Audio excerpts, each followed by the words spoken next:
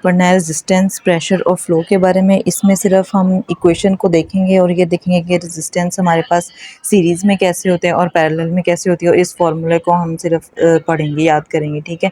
जो काम की चीज़ है वो ये है कि यहाँ पे एमसीक्यू के फॉर्म में कुछ चीज़ें लिखी हुई हैं, वो हमने याद करनी है कि कैपिलरीज, आर्टरियोल्स और विस्कोसिटी, कॉम्प्लायंस, इन सब का क्या रिलेशन है। कैपिलरीज में हमारे पास जो है वो क्रॉस सेक्शनल एरिया सबसे ज़्यादा होता है, और सबसे जो उसकी वेलोसिटी है ना, फ्लो वेलोसिटी, वो सबसे कम होती है। प्रेशर हमेशा हमें पता है कि हाई प्रेशर से लो प्रेशर की तरफ ही मूव करता है।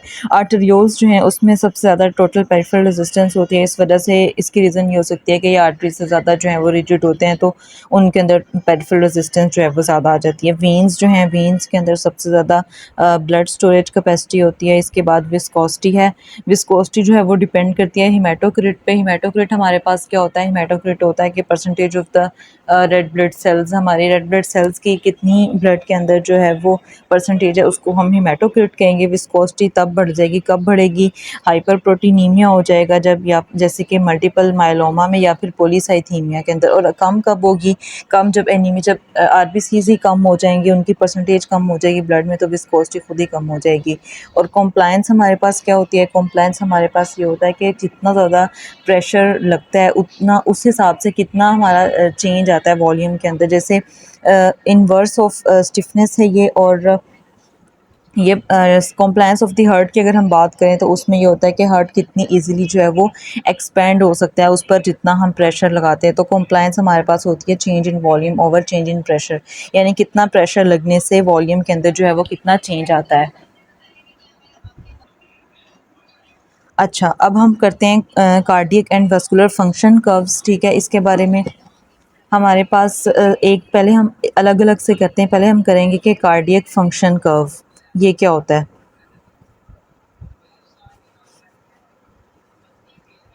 हमारे पास इस तरह से ग्राफ होता है, और हमारे पास जो एक्स एक्सिस है उसके ऊपर हमारे पास राइट आर्टीरियल प्रेशर, और वाई एक्सिस पे हमारे पास जो है वो कार्डिक आउटपुट होती है, ठीक है। अब राइट आर्टेरियल प्रेशर इंक्रीज़ होने से जो है वो कार्डिक आउटपुट जो है वो इंक्रीज़ होती है। कार्डिक आउटपुट के इंक्रीज़ होने से राइट आर्टेरियल प्रेशर जो है इंक्रीज़, इन दोनों का आपस में जो है वो पॉजिटिव जो है वो रिलेशन है, या प्रोपोर्शनली जो है वो डायरेक्टली प्रोपोर्शनल रिलेशन है, ठीक है।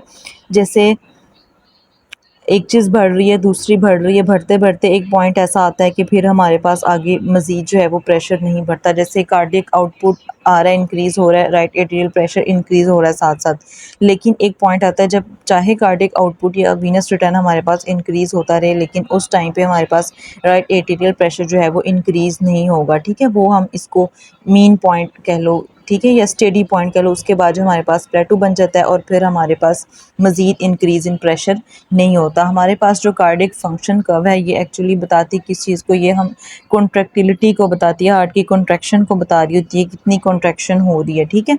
इसके साथ दूसरा हमारे पास आती है वस्कुलर फंक्शन कर्व।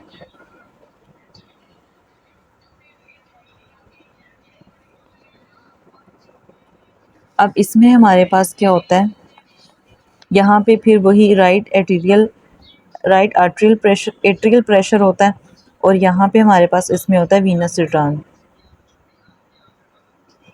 अब इन दोनों का आपस में जो है वो ऑपोजिट रिलेशन है, ठीक है, यानी इन्वर्सली प्रोपोर्शनल है। एक चीज़ अगर कम हो रही है तो उसकी वजह से जो है वो दूसरी ज़्यादा होगी, या एक ज़्यादा होने से दूसरी जो है वो कम हो रही है। तो इसका जो ग्राफ हमारे पास बनेगा ना, वो हमारे पास ऑपोजिट ग्राफ आएगा इसका, इस तरह से, मतलब increase increase and then steady state ऐसे ही नहीं आएगा, इसका बिल्कुल उससे ऑपोजिट ग्राफ बनेगा इस तरह से। इस वजह से, और ये नेगेटिव इसलिए बनेगा क्योंकि एक चीज़ जो है वो इंक्रीज़ हो रही है, तो उसके इंक्रीज़ होने से दूसरी चीज़, अगर वीनस रिटर्न हमारे पास ज़्यादा हो रहा है तो राइट आर्टेरियल प्रेशर जो है वो कम हो रहा है। अगर राइट आर्टेरियल प्रेशर हमारे पास जो है वो ज़्यादा है तो वीनस रिटर्न जो है वो हमारे पास कम होगा। इस वजह से यहाँ पे भी एक स्टेडी फिर पॉइंट आता है कि उसके बाद जो है वो मज़ीद अब उसके अंदर कम चेंजिंग नहीं होती कोई, ठीक है। अब हम इन दोनों को साथ अगर मिलाएं इस तरह से, ये हमारे पास जो है वो कार्डियक फंक्शन कब आ जाएगा, और जो दूसरा हमारे पास है वो वास्कुलर फंक्शन कब आ जाएगा।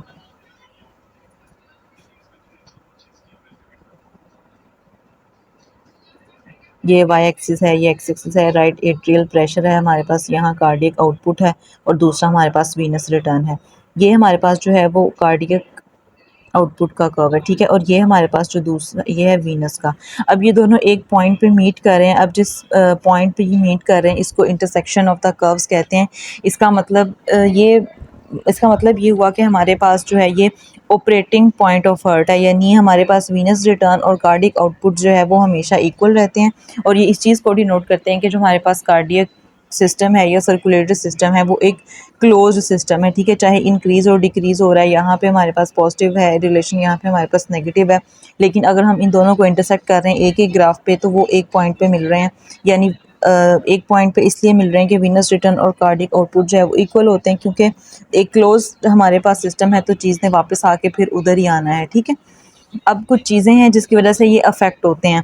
यहाँ पे हम देख लेते हैं कि हमारे पास अगर आइनोट्रोपी कॉन्ट्रैक्शन होती है, अगर हम चेंजेस इन इसका देखें कार्डियक फंक्शन कर्व और साथ ही वस्कुलर फंक्शन कर्व पे क्या इफेक्ट होता है। चेंजेस इन कॉन्ट्रैक्टिलिटी, ठीक है, ऑल्टर्ड स्ट्रोक वॉल्यूम जिसकी वजह से वीनस रिटर्न या कार्डियक आउटपुट चेंज होगी तो राइट एट्रियल प्रेशर जो है हमारे पास चेंज हो जाएगा।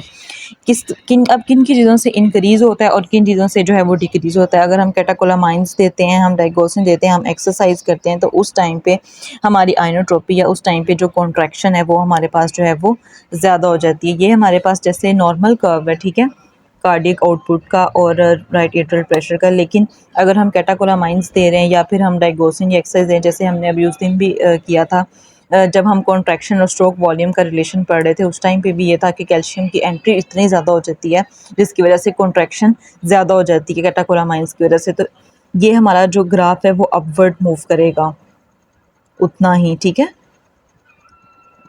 इस तरह से। लेकिन एक फिर वही पॉइंट आएगा कि वो स्टेडी हो जाएगी। और अगर हम ऐसी चीज़ें यूज़ करें या फिर जैसे हार्ट फेलियर में विद रिड्यूस्ड इजेक्शन फ्रैक्शन या नारकोटिक ओवरडोज ज़्यादा हम यही लेना शुरू कर दें, या फिर सिंपैथेटिक इनहिबिशन, या फिर हम जो हमारा सिंपैथेटिक सिस्टम है उसको ही जो है वो ब्लॉक कर दें, या जैसे बीटा ब्लॉकर्स हैं उनको बीटा ब्लॉकर्स दें हम, तो उस टाइम पे हमारे पास जो है वो कार्डियक आउटपुट और राइट एट्रियल प्रेशर का जो कार्डियक फंक्शन का है वो हमारे पास जो है वो इस तरह से ही डिक्रीज़ हो जाएगा। बिल्कुल नॉर्मल से जो लाइन है वो डिक्रीज़ की तरफ आएगी, तो ये हमारे पास डिक्रीज़ आइनोट्रोपी हो जाएगी और यहाँ पे हमारे पास जो है वो इंक्रीज़ आइनोट्रोपी हो जाएगी। दूसरा हम पढ़ते हैं, दूसरा हमारे पास है वीनस रिटर्न। वीनस रिटर्न में क्या होता है, चेंजेस अब सर्कुलेटरी वॉल्यूम के अंदर चेंज आ रहा है। क्यों चेंज आ रहा है? क्योंकि राइट एट्रियल प्रेशर में चेंज आ रहा है, वहाँ चेंज आएगा तो स्ट्रोक वॉल्यूम भी चेंज होगा, और वो चेंज होगा तो कार्डियक आउटपुट भी चेंज होगा इन रिटर्न। अब ये किन किन चीज़ों से ज़्यादा होता है या कम होता है? फ्लूइड इन्फ्यूजन फ्लूइड जब हम देते हैं तो वीनस रिटर्न ज़्यादा होता है। सिंपैथेटिक एक्टिविटी जब ज़्यादा होती है उस टाइम पे भी वीनस रिटर्न हमारे पास ज़्यादा हुआ होता है। अब ये कम कब होता है? जब एक्यूट हेमरेज होता है हमारे पास, ठीक है, या फिर हमारे स्पाइनल एनेस्थीसिया दिया हुआ होता है, तो उस टाइम पे हमारे पास ये दोनों चीज़ें जो हैं वो इस कर्व को डिक्रीज़ करती हैं। ये भी बिल्कुल इस तरह से ही है जैसे हमारे पास ये normally function curve, vascular function curve इस तरह से होता है। लेकिन अगर हमारे पास वॉल्यूम ज़्यादा है तो इसका जो है वो इस आउटवर्ड जो है वो मूव करेगा ग्राफ। और अगर हमारे पास कम होगा, वीनस रिटर्न कम हो रहा है या राइट एट्रियल प्रेशर ज़्यादा हो रहा है, तो उस टाइम पे हमारे पास ये जो है वो इनवर्ट को मूव करेगा। यहाँ पे इंक्रीज वीनस रिटर्न है और ये इधर जो है वो डिक्रीज वीनस रिटर्न है। फिर वो कह रहा है टोटल पेरिफेरल रेजिस्टेंस पे इसका क्या फ़र्क पड़ता है या क्या इफ़ेक्ट होता है। Changes in total peripheral resistance, तो हमारे पास कार्डिक आउटपुट में भी चेंज आएगी और साथ में ही राइट एट्रियल प्रेशर जो है वो अनप्रेडिक्टेबल होगा। उसका हम नहीं कह सकते कि उसके अंदर जो है वो कितनी चेंज आ रही है या नहीं, वो नहीं आती। वैसोप्रेसर्स अगर हम देंगे या वैसो कॉन्स्ट्रिक्टर्स देंगे तो टोटल पेरिफेरल रेजिस्टेंस जो है वो ज़्यादा हो जाएगी, ठीक है। और अगर हम एक्सरसाइज वगैरह कर रहे हैं या फिर एवी शंट वगैरह जो है वो यूज़ हुआ हुआ है, तो उस टाइम पे हमारे पास जो है वो टोटल पेरिफेरल रेजिस्टेंस जो है वो कम हो जाएगी। क्योंकि अगर एक्सरसाइज के दौरान जब हमारी टोटल पेरिफेरल रेजिस्टेंस कम होगी तो कार्डिक आउटपुट जो है वो ज़्यादा होगा। जब कार्डिक आउटपुट जो है वो ज़्यादा होगा तो कॉन्ट्रैक्शन जो है वो ज़्यादा होगी। एक चीज़ कम हो रही है तो दूसरी इंक्रीज़ हो रही है।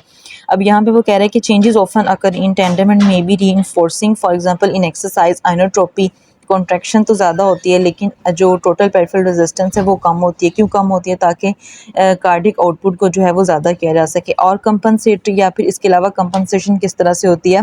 हार्ट फेलियर के अंदर आइनोट्रोपी अब डिक्रीज़ हुई है, कॉन्ट्रैक्शन कम हुई है तो हम फ्लूइड रिटेंशन होना स्टार्ट हो जाएगी। क्यों होगी? ताकि प्रीलोड को ज़्यादा करे। क्यों करे? ताकि हम कार्डिक आउटपुट को जो है वो मेंटेन कर सकें।